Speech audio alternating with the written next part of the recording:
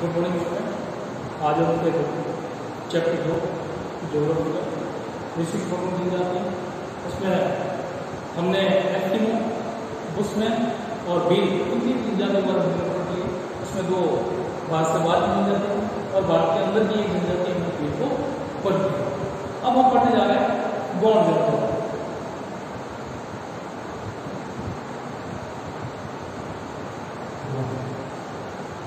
ये जो जनजाति है वह विश्व की सबसे बड़ी जनजाति है।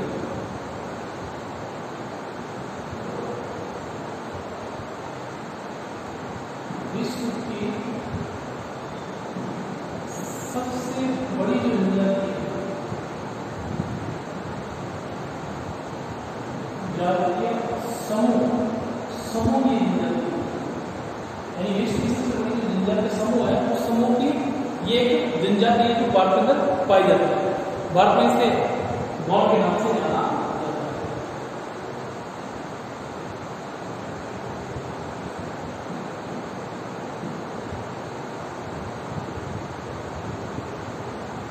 भारत में इसकी नाम है गौड़ के नाम से जाना। साथ ही ये जो इसकी जो उत्पत्ति है वह एक इस शब्द की जो उत्पत्ति है वो खोबड़ा जो शब्द है जिससे हुई है, जिसका होता है पहाड़ी, जिसका मतलब क्या होता है पहाड़ी। और 16वीं और 18वीं शताब्दी में, यानी वैसे सारी जनजातियां लगभग कोई मैदान में निवास करती है, पहाड़ों पर रेगिस्तान करती है, तो ये जनजाति पहाड़ी इलाकों में ही ज्यादा निवास करती है। तो भारत में ऐसा नहीं कि ये जनजाति जो शुरू से ही जंगलों में चल रही है और जंगलों में इन्होंने अपना जीवन सर्वाइव किया, ऐसा नहीं है। इन्होंने भारत के अंदर शासन भी किया। 16वीं सदी के 18वीं शताब्दी के बीच में भारत में इन्होंने शासन किया। उस टाइम में जो 4 स्टेट थे जहां पर इन्होंने शासन किया था, 16वीं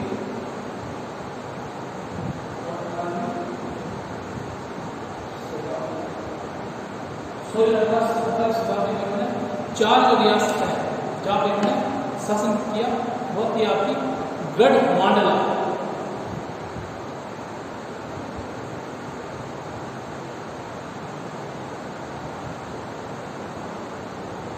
गढ़मांडला,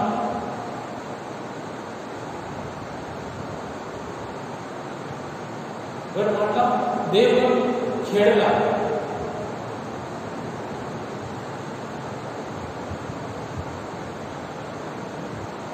और चांगा। ये ऐसी रियासत है जहां पर उन्होंने क्या किया है, शासन किया है। लेकिन जब वो अंग्रेज आ गए तो उसके बाद जो शासन थे सारे मराठा से इनका मुकाबला होता रहा, मराठा शासन का संघर्ष चलता रहा। इसी वजह से इनके आधी रियासत चली गई और ये वर्तमान फिर वापस उसी रूप में पहाड़ों पर वही आदिम जनजाति के तौर पर निवास करने लगे।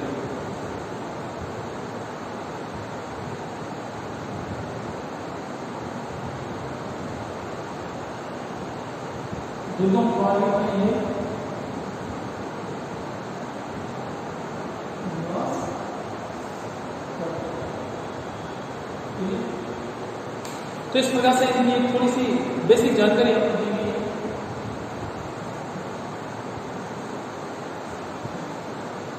अब हम बात करते हैं जनजाति के निवास क्षेत्र, यानी जनजाति कहां पर रहती है।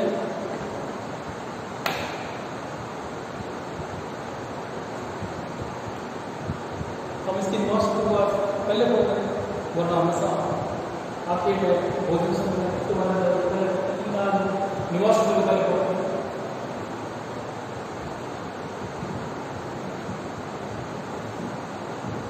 निवास क्षेत्र को आप पढ़ेंगे तो उससे बहुत जल्दी इनकी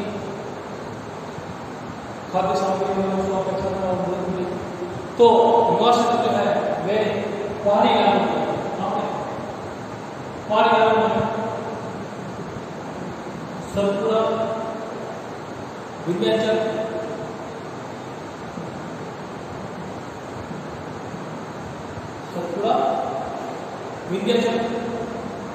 देवगढ़, कुछ भूमि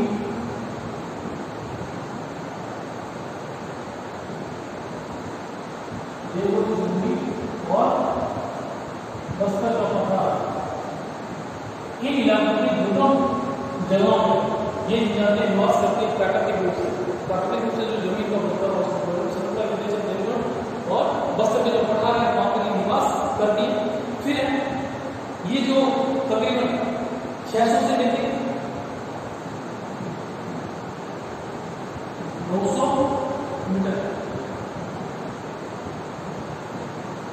ऊंचाई पर निवास करने वाली जनजाति 600 से लेकर 900 मीटर ऊंची जो पहाड़ियां हैं उन पहाड़ियों पर लोग रहते हैं, यानी ये तराई में रहते हैं, ऊंचाई पे निवास करते हैं।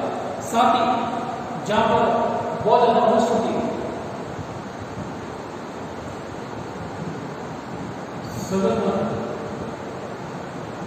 क्योंकि दुर्गम इलाकों में इनको शिकार में भी आसानी रहती है, पानी की आपूर्ति मदद नहीं होगा और एक प्राकृतिक वातावरण में करते हैं।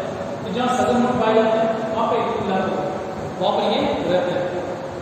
उसके अलावा जो पॉलिटिकल सिस्टम देखा जाए तो जो स्टेट है किन किन स्टेट में निवास करते हैं, तो स्टेट नाम देंगे। स्टेट में आपके मध्य प्रदेश,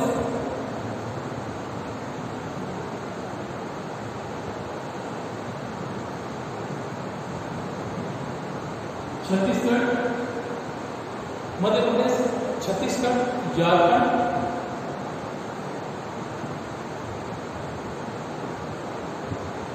मध्य प्रदेश, छत्तीसगढ़, झारखंड, तेलंगाना, महाराष्ट्र, तेलंगाना, महाराष्ट्र,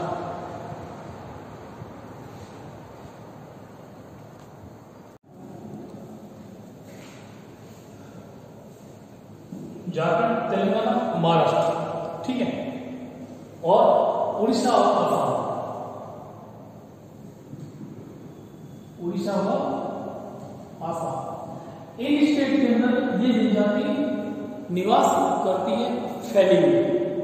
अब हम जब जाहिर सी बात है कि प्रकृति के अनुभव भी आज भी अब ठीक है आदमी का संदर्भ अब आ रहे हैं धीरे, लेकिन जो पहाड़ी इलाकों में इनका जो पहाड़ों के प्रति प्रेम है उस प्रेम को देखते हुए इस तमाम जो स्टेट है स्टेट्स के अंदर जितनी भी ऊंचाई की जो जगह है जहाँ सघन पाए जाते हैं वहां पर ज्यादा आबादी में निवास करते हैं। अब हम बात करते हैं कि आर्थिक क्रियाकलाप,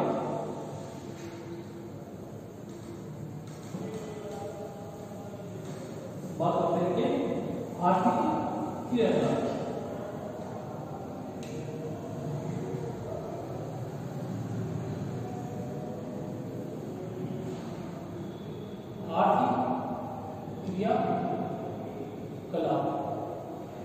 तो आप देखिए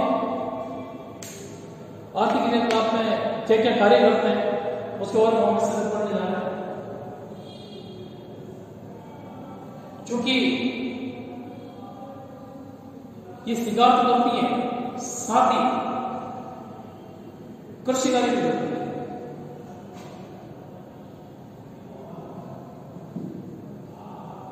आके के साथ शिकार कृषि कार्य,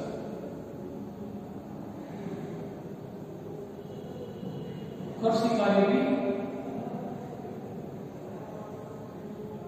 कृषि कार्य में जूमिंग कृषि ज्यादा इंपॉर्टेंट है उनके लिए, जूमिंग कृषि ये करते हैं। साथ ही वनोत्पाद, वनों से जो उत्पाद होते हैं उनको संग्रह करते हैं,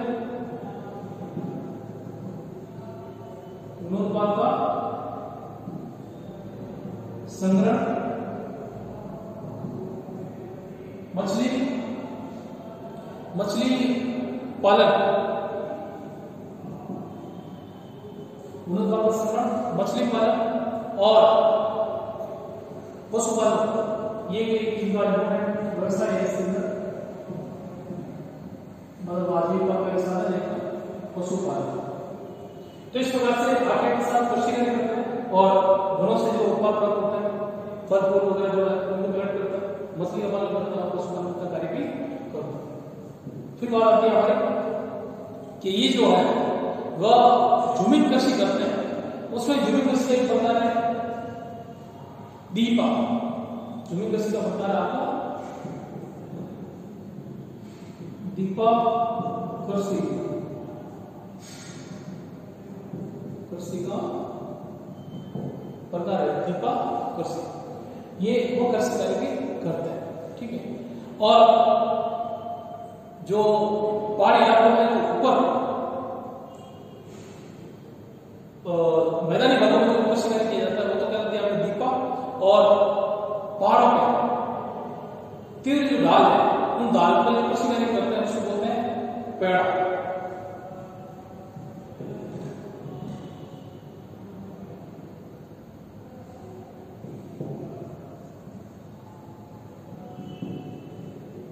तीव्र ढाल पर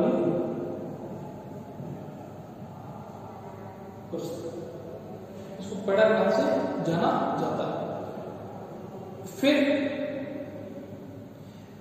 इनके कुछ ऐसे वर्ण हैं जो कह सकते हैं कि वर्ग में की क्लास है, उस क्लास में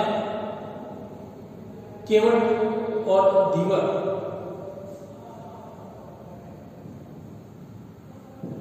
वर्ग है, क्लास बनी है केवट और धीवर। और एक है कुरुक,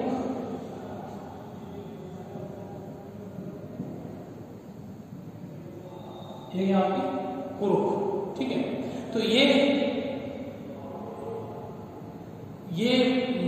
हम कह सकते हैं कि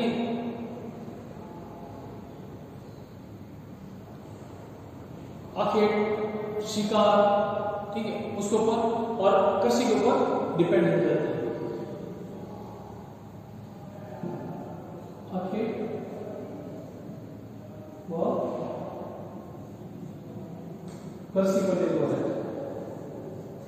आखेट और कृषि पर निर्भर है। जबकि रावत वर्ग के जो लोग हैं वे पशुपालन का कार्य। फिर समझना मुश्किल होगा कि आखेट के साथ कृषि कार्य करते हैं, मूलोत्पाद का संग्रहण करते हैं, मछली पालन पशुपालन का कार्य करते हैं। दीपा झूमी कृषि का प्रकार है जो मैदानी इलाकों में किया जाता है। और पेड़ा तीव्र ढाल वाले पहाड़ी भागों में जो कृषि कार्य की जाती है उसको पेड़ा के नाम से जानते हैं। केवट, धीवर, कुरुक, आखेट और कृषि पर निर्भर है। तो रावत वर्ग जो है वह पशुपालन के ऊपर निर्भर है। ये दोनों वर्ग है इस गौड़ जनजाति के। अब बात करते हैं आखेट की, शिकार।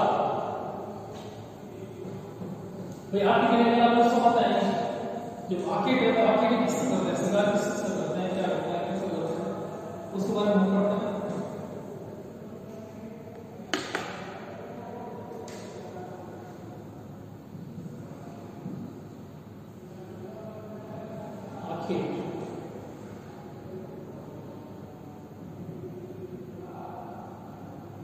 आखिर में देखा कि ये जो लोग हैं वे चूंकि पुराने जमाने में जब प्रतिबंध नहीं था हमारे यहाँ, उस समय तो आखिर के ऊपर निर्भर थे पूरी तरीके से। लेकिन वर्तमान में जब प्रतिबंध लग गया है उस कारण से ये लोग अब सीमित मात्रा में, ठीक है, शिकार को क्या कह सकते हैं, प्रतिबंध ये पूरा, फिर भी आखेट बहुत ही सीमित मात्रा में उन्होंने कर दिया है। आखेट के साथ साथ कृषि कार्यों का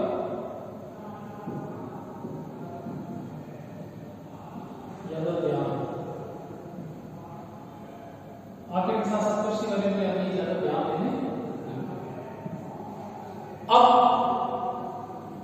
भोजन जो ग्रहण करते हैं उसमें मुख्य तौर पर भोजन में मांसाहार तो है ही,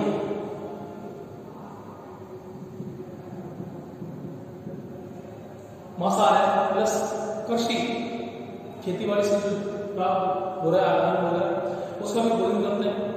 और कोदू और कुटकी जो अनाज प्राप्त होता है ऐसा नहीं करते।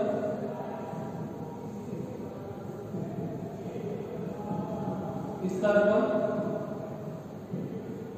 कोदू और कुटकी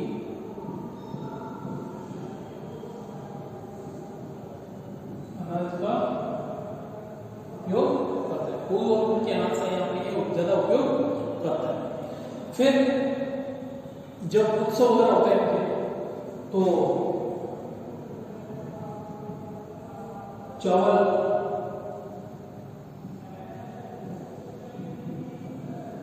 उसको उन्होंने चावल बनाते हैं।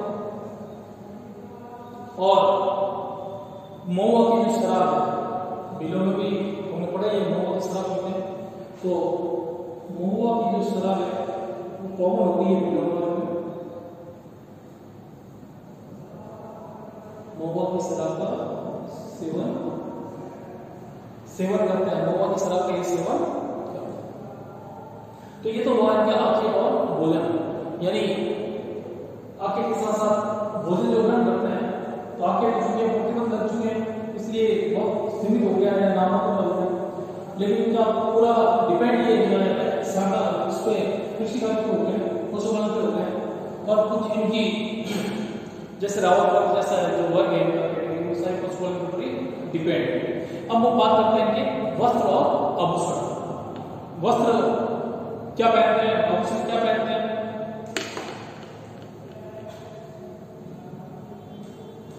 वस्त्र व आभूषण। तो देखिए आप कि सूती वस्त्र है वे किस पर ज्यादा सूती वस्त्र ज्यादा पहनते हैं। पुरुष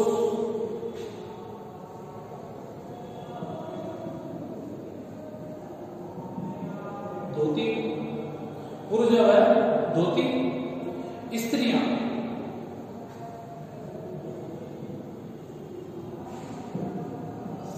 साड़ी वो कांच है।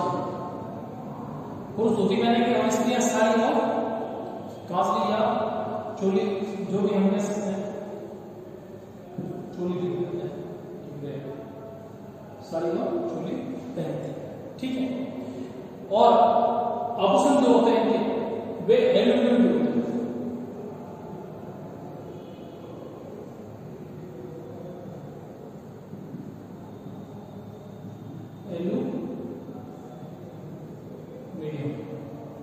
एल्यूमिनियम व चांदी। अपने अपने ऐसे के हिसाब से तो अगर ज्यादा गरीब है तो वो एल्यूमिनियम के पहनता, थोड़ा पैसा वाला है वो चांदी के पहनते हैं। इनको सिल्वर रंग के आभूषण पसंद आता है, पीतल के कम बनाते हैं। एल्यूमिनियम और चांदी का आभूषण पहनते हैं। साथ ही टैटू वर्तमान में फैशन हो गई है, तो टैटू यानी शरीर पर गोदना, शरीर पर गोदना बोलते हैं। और महिला से लेकर गोदना शरीर पर जो हाथों वगैरह के ऊपर पे गोदना गुदवाती है। अब देखें कि बालों में जो महिला है, महिला बालों में जुड़ा है, उसमें